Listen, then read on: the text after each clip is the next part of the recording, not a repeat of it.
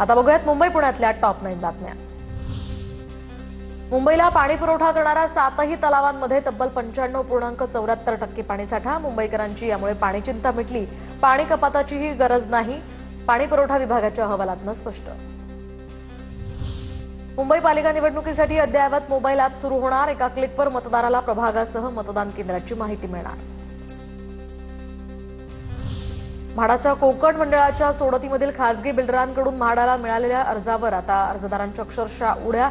एका घरासाठी 130 अर्जदारांमध्ये स्पर्धा असणार।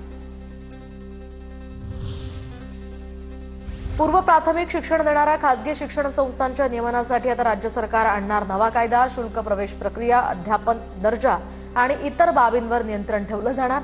सर्व खासगी संस्थांना नोंदणी बंधनकारक।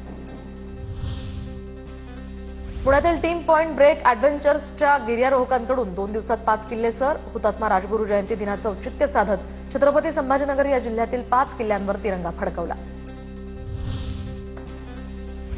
पुणे महापालिकेकडून वर्षभरात 2664 भटक्या मांजरांची नसबंदी। मांजरांच्या संख्येवर नियंत्रण ठेवण्यासाठी त्यांचं लसीकरण पूर्ण।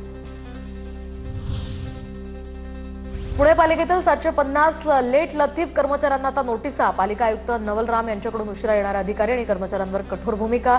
कामकाजावरही परिणाम होत असल्यामुळे कर्मचाऱ्यांना कारणे दाखवा नोटीस। पुणे पालिकेकडून 2171 जणांना नोटीस। डेंग्यू डासांची उत्पत्ती या ठिकाणी प्रकरण कारवाई, तर 4 लाखांचा दंडही त्यांच्याकडून वसूल।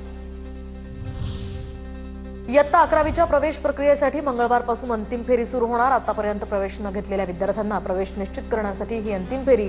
शनिवारपर्यंत अंतिम फेरीची मुदत।